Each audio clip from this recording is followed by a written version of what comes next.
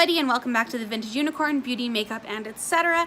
I am Emma, and today I wanted to do a video on something that I'm really getting interested in, which is shade theory and color theory. So the color wheel and also the shade of the natural human face, the way that light hits, etc. has been a big interest of mine, and I know Kat Von D is like super into it too. I have a strong history in the visual arts kind of arena. I went to a performing arts school for high school and was primarily there to play the cello, but I ended up getting really into visual arts, and so I'll talk a little bit more about that in the video. But basically I wanted to do this video to show that the same principles of shade and light can be applied to any color scheme. So for this, I kind of unintentionally ended up with a color scheme similar to my Norvina review, but utilizing purples, blues, and then a white to create the illusion of a dark shade on the outer corner, as well as bringing that lift.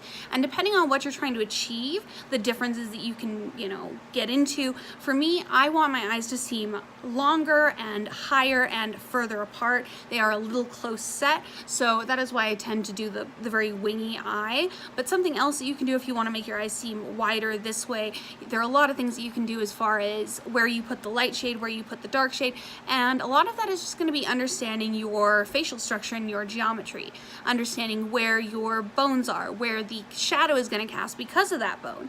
And it's something that I really am enjoying. I hope I brought enough for this as a first video to talk about it, but it's going to be something I focus a lot on going forward. So as always, I hope you guys enjoy. Hope you consider subscribing if you are not already, and I will see you on this side of the video. The concept that Kat Von D's been really pushing lately, and I'm so glad that she is the shade theory within the color theory spectrum. So in color theory, there's the color wheel, there's hue, there's shade, and there's tint. And right now I have absolutely no makeup on. I completely washed my face, and I want to show just a little bit of what I aim for when I'm implementing color and shade theory into my makeup. So on my natural eye, there is natural pigmentation. My eyes are a little red because I've taken my makeup off 2 different times today, but in general you can see where the darkness in someone's face is. Understanding your own facial anatomy, I feel like my eyes are a little bit too narrow and they're a little bit too close set, so my goal when I do makeup that is flattering is to elongate and widen. Now, looking at the areas that naturally attract light, it's going to be obviously the inner corner, and I want to draw light to my lid, darkening in this area so that I can give the illusion that my crease, my socket, where there is a depth of light, is a little bit further. Now, this same concept works for the entire face. If you think about a sphere, when you draw a sphere, if you want to implement shade and give the illusion of light, then you gradually begin from a very dark and then slowly blend in. Thinking just in terms of black and white, think of from going from absolute black to white and the transition that you would do in the middle.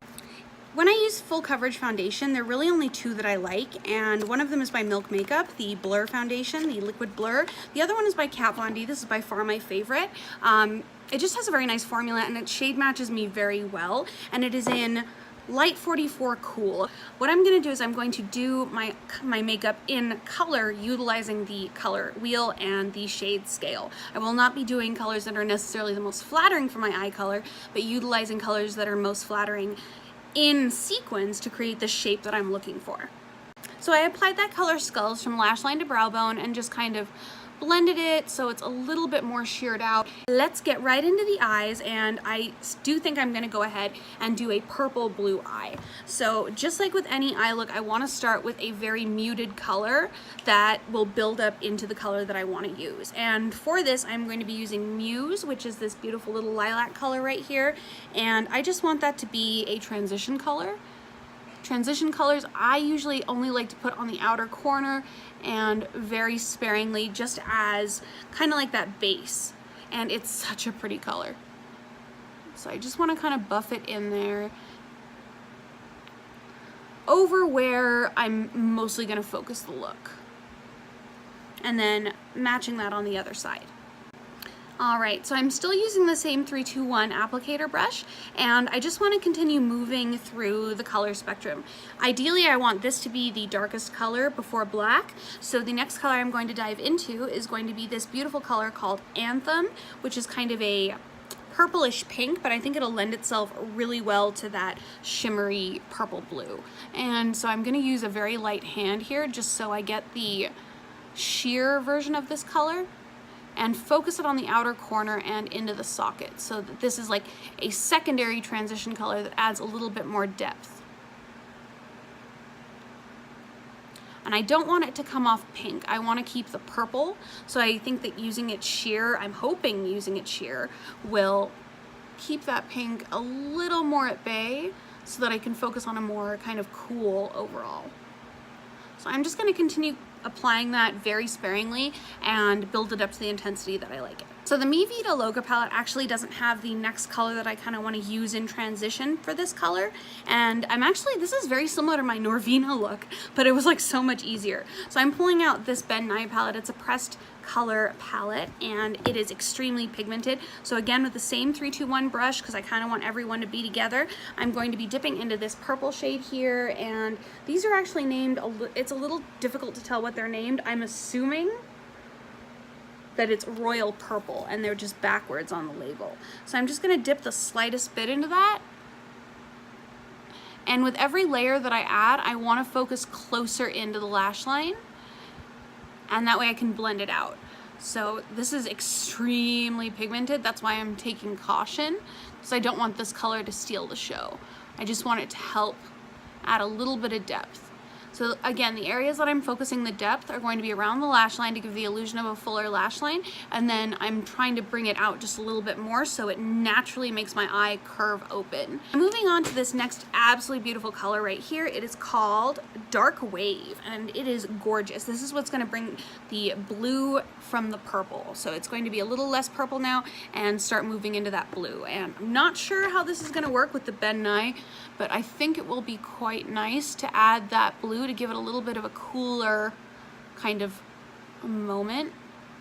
And I'm actually going to go a little bit heavier with that so that my eye is prepared for the color that's going to be the ultimate color in the show.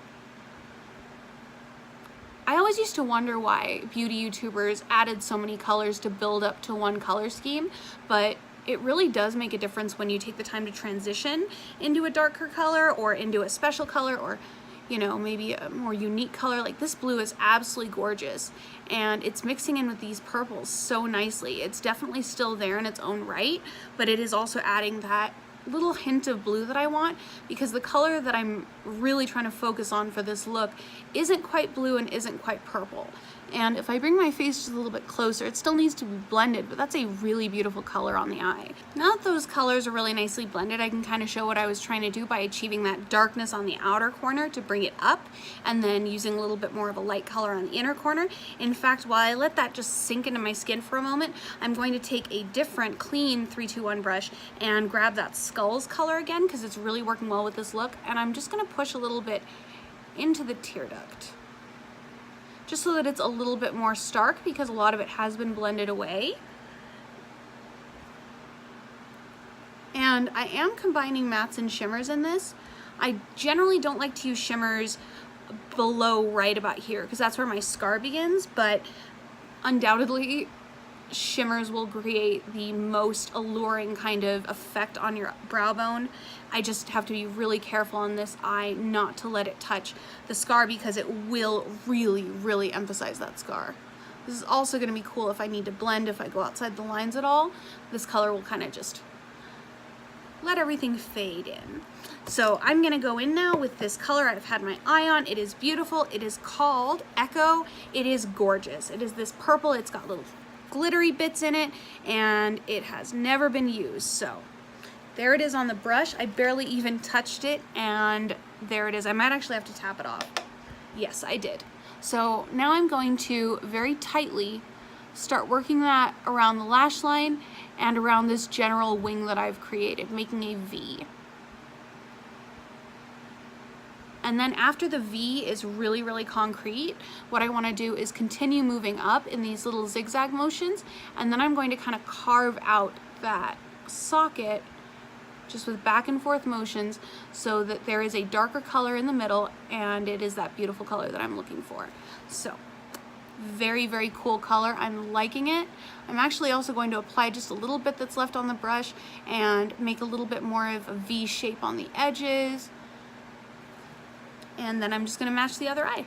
So whenever I'm blending, whatever shade I put down as the base shade, that's the shade that I want to use to blend with when I want to kind of make things a little more sheer. So I'm getting a little bit of that skulls color, and I'm just blending it over the lid so it's a little bit more present, and I will also be able to put some of the colors back in their place and make things a little bit more uniform, because that is the base color, so everything's kind of marking itself off of that. And adding that skulls color made me realize I might not even need like false lashes with, not false lashes, but eyeliner, because this is such an elongated eye look and I'm kind of loving it. They are a little asymmetrical, so I'm just going to be blending for a little while to get them even. So what I'm doing is I'm applying Kat Von D's lash liner to my bottom lash line, and then I also applied some to my tight line on top, and now I'm just kind of touching it up and adding anywhere that I missed. This is a really cool liner. I cannot spout enough about this liner. I was a little hesitant about it first, and then I realized I was holding it wrong, and since I realized how to use it, I have been like so scared that it's gonna get discontinued and I'm never gonna have it again, which is probably my biggest qualm with Kat Von D Beauty. Otherwise, I absolutely love them.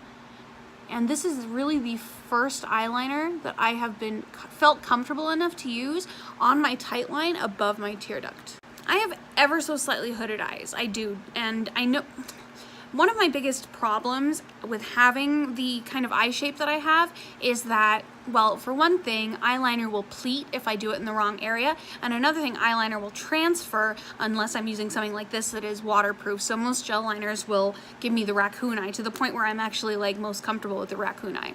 This is my all-time favorite liner. This is one of the minis. You get these off the site with a promo code, or they come in different kits. I have a ton of them, and like I said, this is my favorite liner, except for the fact that it dries out. I've said it so many times before, it doesn't work over a lot of shadow. If you're doing a look that is mostly eyeliner, absolutely. But what I use it most for, and I like using the smaller one because I feel like I have a little bit more control, is for really drawing that sharp line. And basically what I want to do is decide what angle works best with the eye makeup look that I'm going for. And then draw a tick like that, and then kind of looking like this, figuring out where it goes on this eye. And I always start with my problem eye, that way it's not so much about making them perfect, it's about matching this one, which is a lot easier and more cooperative. So now that I have that line, I just want to double it back on itself and meet it pretty close in, actually. I'm not going to do a full line because I have that 24-hour the Kat Von D lash liner in my tight line right there. So just bringing it back to about there.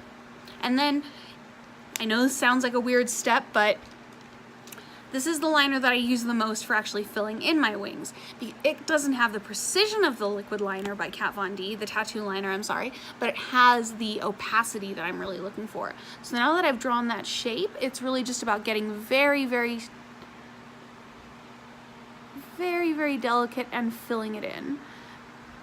Because this is a jumbo liner, it has the benefit of pretty much never drying out. Bought 2 of these when I saw them on sale on Doll's Kill, and the second one has still not been opened. Mind you, this has been, I want to say, about 4 months. So this thing stays, and it has been used daily, if not multiple times a day. So if you are looking for a liner that freaking lasts, I would definitely recommend it. It just is difficult to get that precision with. You have to really, really, really focus on it. And now I'm just gonna even them out.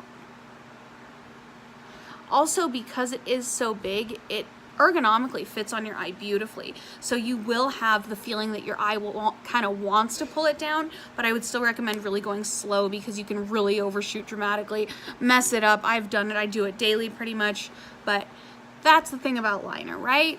It's hard, but it's fun. So I am going to apply some false lashes, and then we're going to talk a little bit more about shade and light theory, color theory on the face, and then we'll be done.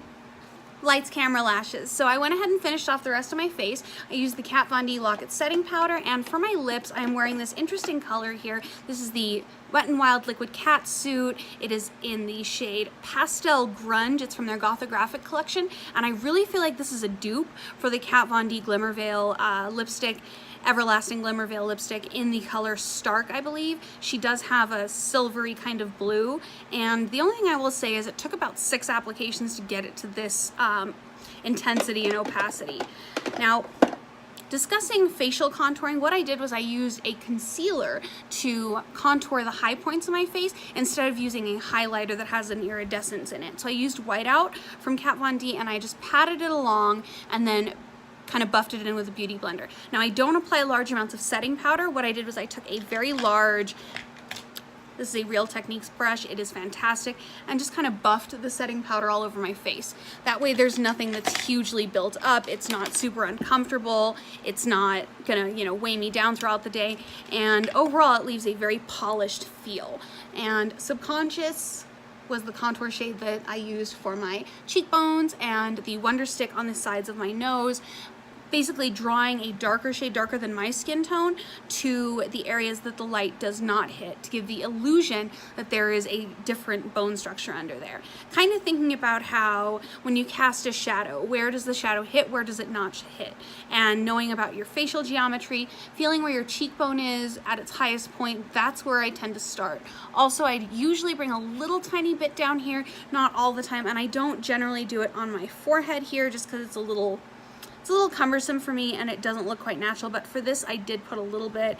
I'm not super into it, but there we go. I hope this video was at least entertaining for you guys. I hope you guys consider subscribing and checking out some of my other videos, and I will be doing Storytime Sunday tomorrow because Storytime Saturday was replaced by Shade and Light Theory Saturday. So I'm really enjoying this whole color story, color theme, shade and light kind of thing, and I hope you guys enjoyed watching me put it on in my strange and unusual cape. I'm loving it, really just dying for this look. It's amazing. So I love all you guys, my subscribers, my followers, and I will see you next time. Mwah.